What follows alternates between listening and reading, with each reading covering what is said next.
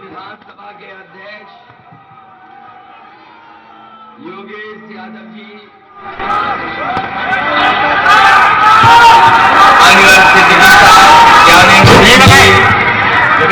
और यहाँ के हमारे समाजवादी पार्टी के नेता सेवकलाल रावत जी, राजकुमार रावत जी, ताराचंद रावत और पुलिस के रिटायर्ड अधिकारी हरीश कुमार जी, सुमन लता रावत जी,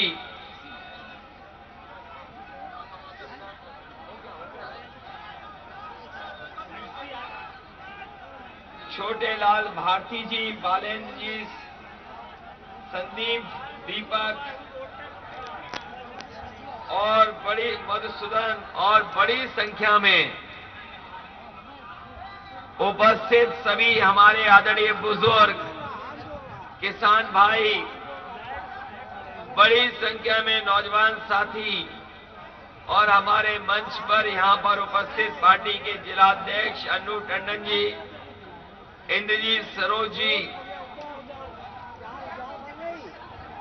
और अरुण शंकर शुक्ला जी और तमाम समाजवादी साथी, मैं सबसे पहले आप सबका बहुत बहुत धन्यवाद और आभार प्रकट करना चाहता हूं। सुबह से लगातार हम लोग चल रहे हैं। सुबह का कार्यक्रम उन्नाव में था और उन्नाव में उस समय कार्यक्रम शहर में हुआ जिस समय बहुत सर्दी थी, पानी बरस रहा था और उसके बावजूद भी वहां का मैदान पूरा भरा हुआ दिखाई दिया। और जब आज उन्नाव का आखिरी कार्यक्रम हो रहा है, मैं ये देख रहा हूं समाजवादी विजय रथ के आसपास जहां बड़ी संख्या में लोग दिखाई दे रहे हैं, हमारे रथ के पीछे भी लोग हैं, रथ के पीछे और बगल में बड़ी संख्या में लोग हैं। जिस मैदान में ये कार्यक्रम चल रहा है, मैं देख रहा हूं पूरा मैदान अभी भी भरा दिखाई दे रहा है। जब इतनी सर्दी हो गई उसके बावजूद भी एक लोग नहीं गए हैं और इतना सफल कार्यक्रम है। जब रात के देर इतनी हो जाए और इतनी बड़ी संख्या में जनता दिखाई दे और जोश और उत्साह के साथ हो, तो ये जोश और उत्साह बता रहा है कि इस बार उन्नाव में बदलाव होगा और समाजवादी पार्टी की ऐतिहासिक जीत होगी।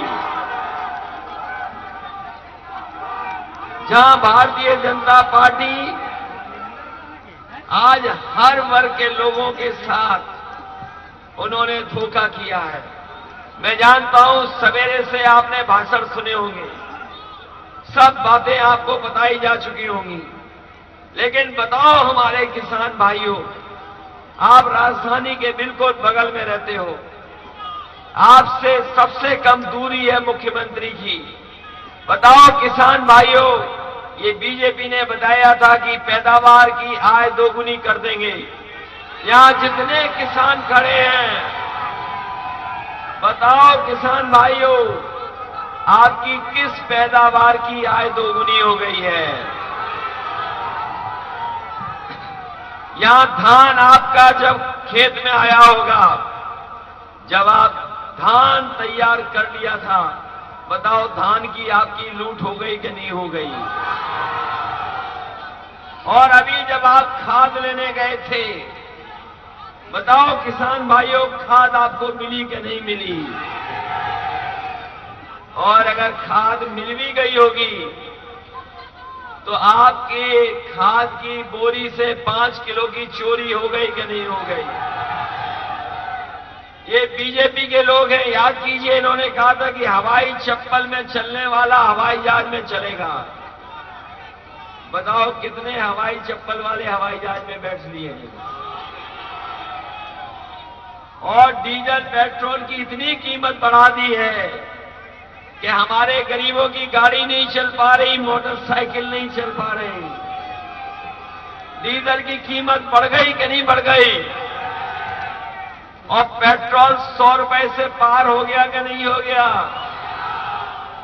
ये सरसों जब आप खेत में तैयार करते हो तो आपको सरसों की कीमत नहीं देती सरकार, और जब सरसों का तेल लेने जाते हो तो बताओ 200 पार हो गया कि नहीं हो गया।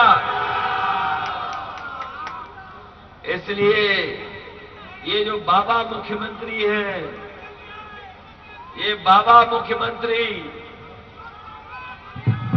जिन्हें कोई एबीसीडी नहीं पता, हमारे बाबा मुख्यमंत्री को कोई एबीसीडी नहीं पता, ये विकास की एबीसीडी नहीं जानते, और जो जानते हैं उसे भी पकड़ नहीं पा रहे। जिस सांड को ये जानते हैं उस सांड को भी ये पकड़ नहीं पा रहे। जानवर खुले छूटे हुए हैं, गाय मां भूखी मर रही है और सड़कों पे सांड खुले घूम रहे हैं।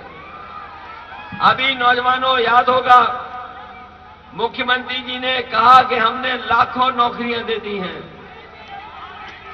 करोड़ों रोजगार दे दिए। बताओ नौजवानों, उन्नाव के कितनों को रोजगार मिल गया, कितनों को नौकरी मिल गई। इन भारतीय जनता पार्टी के लोगों का हर वादा जुमला निकला है, इनका हर वादा जुमला है। भारतीय जनता पार्टी की हर बात झूठी है और उनके विकास के विज्ञापन भी झूठे हैं, क्योंकि जब विकास दिखाना था तो अमेरिका का कारखाना दिखाया इन्होंने। याद है कि नहीं याद है। जब ये बीजेपी वाले अपना विकास दिखा रहे थे तो अमेरिका का कारखाना दिखा रहे थे। जब इन्हें पुल दिखाना था तो बंगाल का पुल दिखा रहे थे। इन्हें डैम दिखाना था तो कहां का दिखा रहे थे डैम, दक्षिण भारत का। चीन का तो एयरपोर्ट दिखा रहे थे। ये इतने झूठे हैं कि इन्हें चीन का विज्ञापन दिखाना पड़ा कि एयरपोर्ट विज्ञापन में चीन का दिखाया। जो लोग विज्ञापन में झूठ बोलते हो तो सोचो हकीकत में कितना झूठ बोलते होंगे। ये वो सरकार है जिसने बेचने का काम किया है। ये हवाई जहाज जो सरकारी थे, हवाई जहाज बेच दिए। हवाई जहाज जहां खड़े होते थे वो हवाई अड्डे बेच दिए। पानी के जहाज बेच दिए। पानी का जहाज जहां बंदरगाह पे खड़ा होता है वो बंदरगाह बेच दिए। ट्रेनें बेच दी, स्टेशन बेच दिए, LIC बेच दी। ये बेचू सरकार है। बताओ बेचू सरकार को हटाओगे कि नहीं हटाओगे। ये धीमे धीमे सब बेच देंगे और जब चीजें बिक जाएंगी तो बताइए बाबा साहब भीमराव अम्बेडकर जी ने जो अधिकार दिए थे उन अधिकारों का क्या होगा। हमें आपको अधिकार दिया है संविधान ने, और बाबा साहब भीमराव अम्बेडकर जी ने दिया हम लोगों को अधिकार की नौकरी मिलेगी, रोजगार मिलेंगे, आरक्षण मिलेगा। लेकिन जिस समय ये सरकारी संस्थाएं बिक जाएंगी तो बताओ हमें और आपको आरक्षण कौन देगा। कौन देगा नौकरी हमें और आपको? इसलिए समाजवादियों एक हो जाओ, और हम अपने अम्बेडकरवादियों से भी कहेंगे कि समाजवादियों की मदद करो और उत्तर प्रदेश से भारतीय जनता पार्टी का सफाया करो। आज भी समाजवादियों के काम सड़कों पर हैं। कि जिस सड़क से चल करके आए, इस सड़क को अगर किसी ने बनाया तो समाजवादियों ने बनाया। जो एम्बुलेंस आपके फोन करने पर आपकी मदद करने पहुंच जाती है, वो एम्बुलेंस अगर किसी ने दी है तो समाजवादियों ने दी है। हम समाजवादी लोग चाहते थे कि गरीब को थाने में न जाना पड़े, थाने में परेशानी न उठानी पड़े, इसलिए 100 नंबर बनाया था कि आप फोन करते थे, आपकी मदद करने के लिए पुलिस पहुंच जाती थी। लेकिन बाबा मुख्यमंत्री ने 100 नंबर को 112 कर दिया, और जब से 112 हुई है तो पुलिस भी कबाड़ा हो गई। आज पुलिस मदद नहीं कर रही आपकी। और वो दिन कैसे भूल जाओगे? हमारे मजदूर भाई जब चल करके आए थे, न जाने कितने किलोमीटर चले थे, तब घर पहुंचे थे। बीमारी में जब गरीबों की मदद होनी थी तो ये सरकार न दवा दे पाई, न बिस्तर दे पाई, और न ही ऑक्सीजन दे पाई। बताओ, बिना ऑक्सीजन के न जाने कितने लोगों की जान चली गई। अगर समय पे दवाई मिल जाती, इलाज मिल जाता, तो हमारे बहुत से लोगों की जान बच जाती। लेकिन ये सरकार आज भी दवाई और इलाज का इंतजाम नहीं कर पा रही है। अगर गरीब के पीछे में परिवार में कोई तकलीफ हो जाए तो वो प्राइवेट अस्पताल की तरफ भागता है। आज भी सरकारी अस्पताल दवाई नहीं दे पा रहे। इसलिए अगर आप चाहते हो कि गरीबों का इलाज हो, इंतजाम हो, दवाई हो, स्वास्थ्य के लिए काम हो, तो समाजवादियों की मदद करना। एम्बुलेंस भी दी थी समाजवादियों ने, और अस्पताल भी बनाने का काम अगर किसी ने किया था तो समाजवादी लोगों ने बनाने का काम किया था। आज ये झूठ बोलने वाले लोग, ये झूठ बोलने वाले लोग, बताओ भारतीय जनता पार्टी के लोग झूठ बोलते हैं कि नहीं बोलते? हमारे बाबा योगी मुख्यमंत्री झूठ बोलते हैं कि नहीं बोलते हैं? और अगर योगी होकर के, बाबा होकर के झूठ बोलते होंगे तो सोचो क्या होता होगा उत्तर प्रदेश का। अभी इन्होंने बताया कि कानपुर में जो इत्र व्यापारी पकड़ा गया वो समाजवादियों का है। जो इत्र व्यापारी है वो समाजवादियों का बताया। लेकिन जिस समय सच्चाई सामने आएगी, वो समाजवादियों का इत्र वाला नहीं है।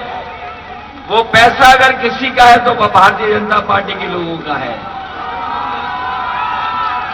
भारतीय जनता पार्टी के लोगों का है।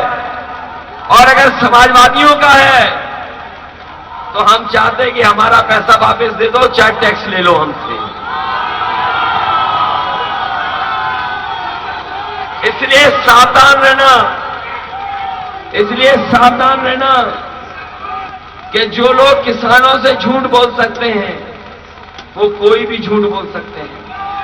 जो किसानों पर जीभ चढ़ा सकते हैं, जो किसानों गरीबों पर जीभ से कुचल सकते हैं, वो कुछ भी कर सकते हैं। बताओ हमारे किसान भाइयों, भारतीय जनता पार्टी के गृह राज्य मंत्री के बेटे ने जीभ से किसानों को कुचला था कि नहीं कुचला था? किसान कुचल दिए, जांच में नाम आ गया, लेकिन आज भी कोई कार्रवाई नहीं हो रही है, कोई सजा नहीं मिली है। ये सजा क्यों नहीं दे रहे? क्योंकि कुचलने वालों को अपने हवाई जहाज में यात्रा कराने का काम अगर कोई कर रहा है तो भारतीय जनता पार्टी के लोग कर रहे हैं। इसलिए मोहान की जनता को मैं धन्यवाद देना चाहता हूं। ये बिल्कुल लखनऊ से लगी विधानसभा है, लखनऊ के किनारे की विधानसभा है। ये विधानसभा बहुत दिनों से समाजवादी पार्टी जीती नहीं है, हर बार पीछे रह जाती है। बताओ मुहान विधानसभा।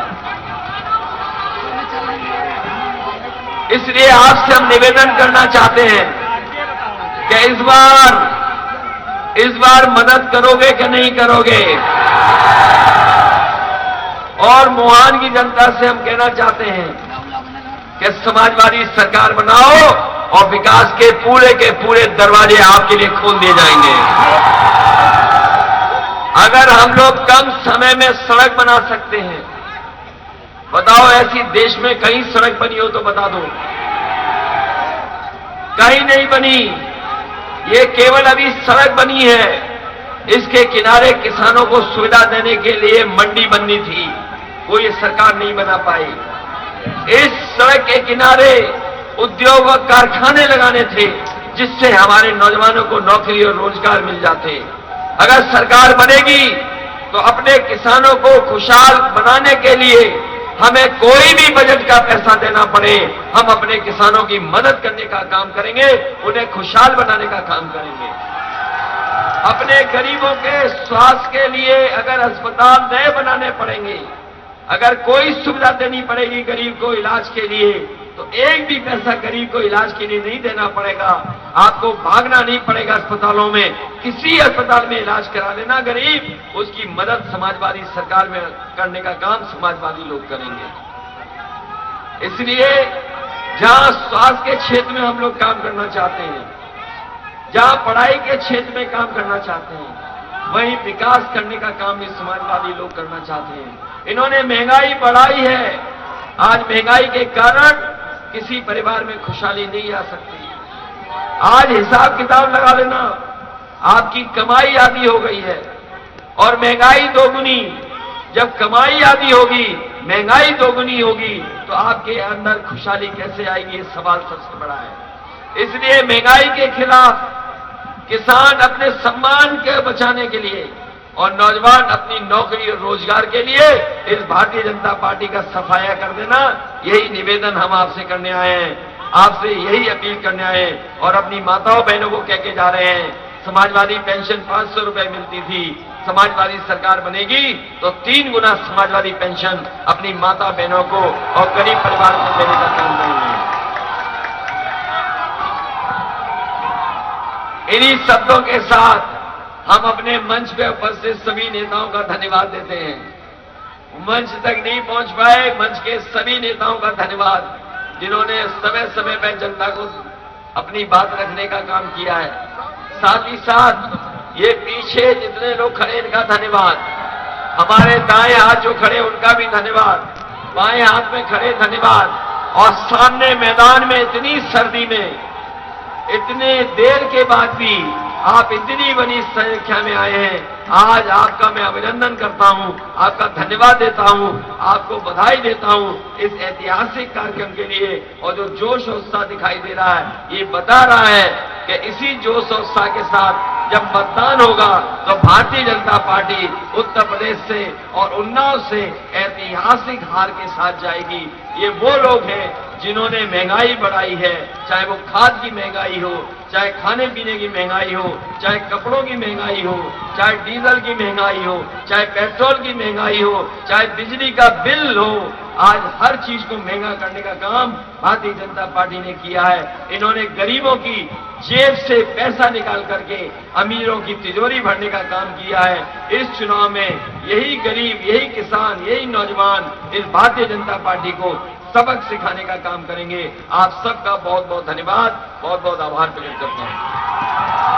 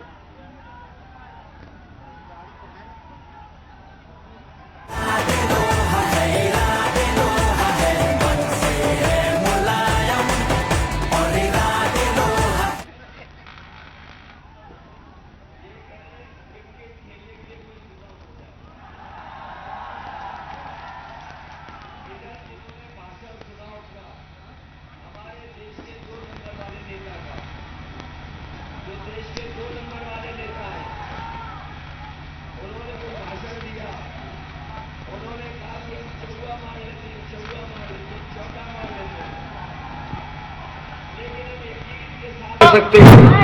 ये जितने नौजवान हैं यहाँ पर, ये छक्का मारने वाले लोग हैं।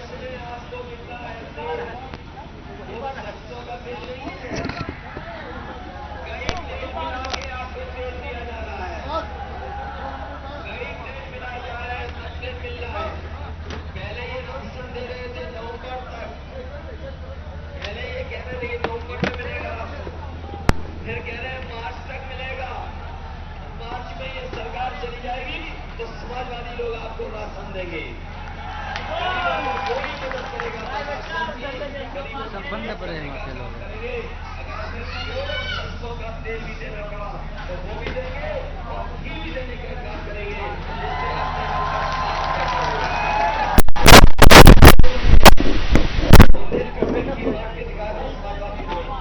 क्योंकि जब घी खाओगे तभी बॉलिंग अच्छी होगी, तभी अच्छे छक्के मारोगे। अगर हम एक खेल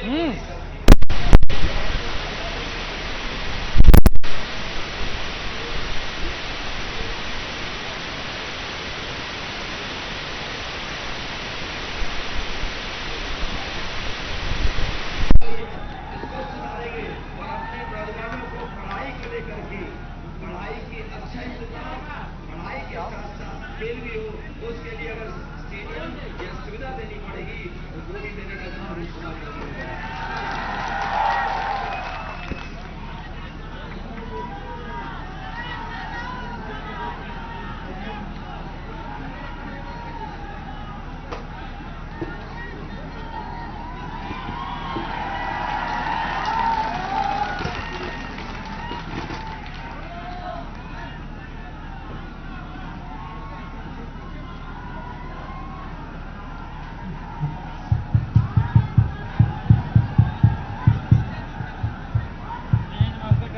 खराब होगा।